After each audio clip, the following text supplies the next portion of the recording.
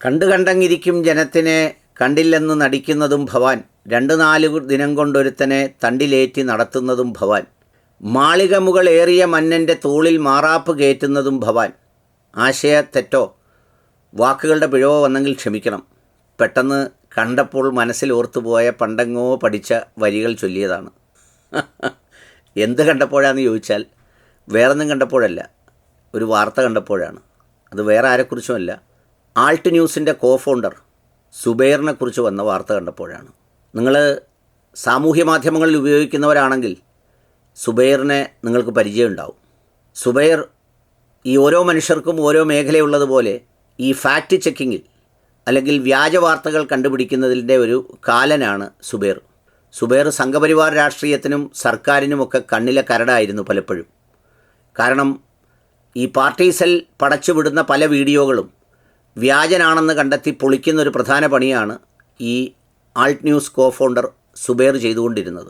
ഇപ്പം നമ്മൾ പാകിസ്ഥാൻ യുദ്ധത്തിൽ പാക്കികളുടെ പലതും നമ്മൾ ഫാക്ട് ചെക്കിങ്ങിൽ തകർക്കുകയും ഒക്കെ ചെയ്യുന്ന പോലെ പണ്ട് കോവിഡ് വന്നപ്പോഴും അത്തരം സന്ദർഭങ്ങളിലുമൊക്കെ ഏതൊക്കെയോ രാജ്യങ്ങളിൽ നടക്കുന്ന സംഗതികളൊക്കെ മുസ്ലിങ്ങളുടെ പേരിൽ ചാർത്തി ഡൽഹിയിൽ നടന്നതാണ്, മദ്രാസിൽ നടന്നതാണ്, മുംബൈയിൽ നടന്നതാണെന്നും പറഞ്ഞ് ഉത്തരവാദിത്തപ്പെട്ട പലരും ഈ പ്രചരണത്തിനായി ഉപയോഗിച്ച് ഈ വൈരുദ്ധ്യം വർദ്ധിപ്പിക്കുന്നതിന് വേണ്ടി ഉപയോഗിച്ചിരുന്ന കാലത്തൊക്കെയും ഫാക്റ്റ് ചെക്കിംഗ് നടത്തിയിരുന്നത് ഈ ആൾട്ട് ന്യൂസിൻ്റെ കോഫൗണ്ടർ സുബൈറായിരുന്നു.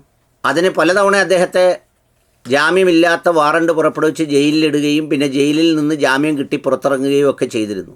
എന്നാൽ ഇപ്പോൾ ആ വില്ലൻ ഹീറോ ആയി മാറി. അതായത് ഓപ്പറേഷൻ സിന്ദൂർ നടന്നപ്പോൾ ധാരാളമായ വ്യാജ വാർത്തകൾ പല സ്ഥലങ്ങളിൽ നിന്ന് വരാൻ തുടങ്ങി. പലതരം വ്യാജ വാർത്തകൾ പല രൂപത്തിൽ ഭാവത്തിൽ ഒക്കെ വരാൻ തുടങ്ങി. അതെല്ലാം ഒന്നെങ്കിൽ ഇറാനിലോ അല്ലെങ്കിൽ വേറെ ഏതെങ്കിലും ഇസ്രയേലിലോ അല്ലെങ്കിൽ മറ്റേതെങ്കിലും യുദ്ധങ്ങളിലോ ഒക്കെ നടന്ന വാർത്തകളാണ് പല ചാനലുകളിൽ നിന്നും പാകിസ്ഥാനിൽ നടന്നത്, ഇന്ത്യയിൽ നടന്നത് എന്നൊക്കെ പറഞ്ഞ് വാർത്തകളാക്കി പുറത്തേക്ക് വിട്ടത്.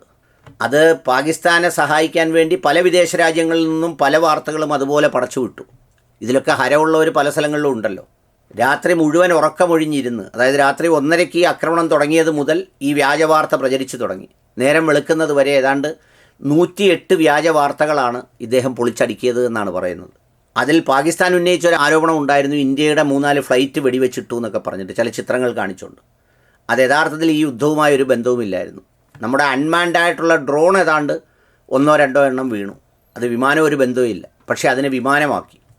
അപ്പോൾ ഇതെല്ലാം വന്നതോടുകൂടി എന്തോ ഇതെന്ന് ചോദിച്ചാൽ ഞാൻ നേരത്തെ പറഞ്ഞതുപോലെ തണ്ടിലേറ്റി പുള്ളിയെ എല്ലാവരും അദ്ദേഹത്തിനെ ആക്ഷേപിച്ച് ജയിലിലിടണം, രാജ്യദ്രോഹിയാണെന്നൊക്കെ പറഞ്ഞ് സാമൂഹ്യ മാധ്യമങ്ങളെല്ലാം പുള്ളിയെ ആഘോഷിച്ചു.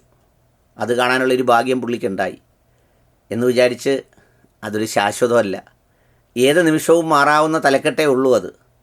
അപ്പോൾ അതുകൊണ്ട് എന്നും സന്തോഷിക്കാൻ വകയില്ലെങ്കിലും തൽക്കാലം പുള്ളിക്ക് സന്തോഷിക്കാൻ ഒരാശ്വാസം കിട്ടിയിട്ടുണ്ടാവും, അദ്ദേഹത്തിനെയും അദ്ദേഹത്തെ അനുകൂലിക്കുന്നവർക്കും.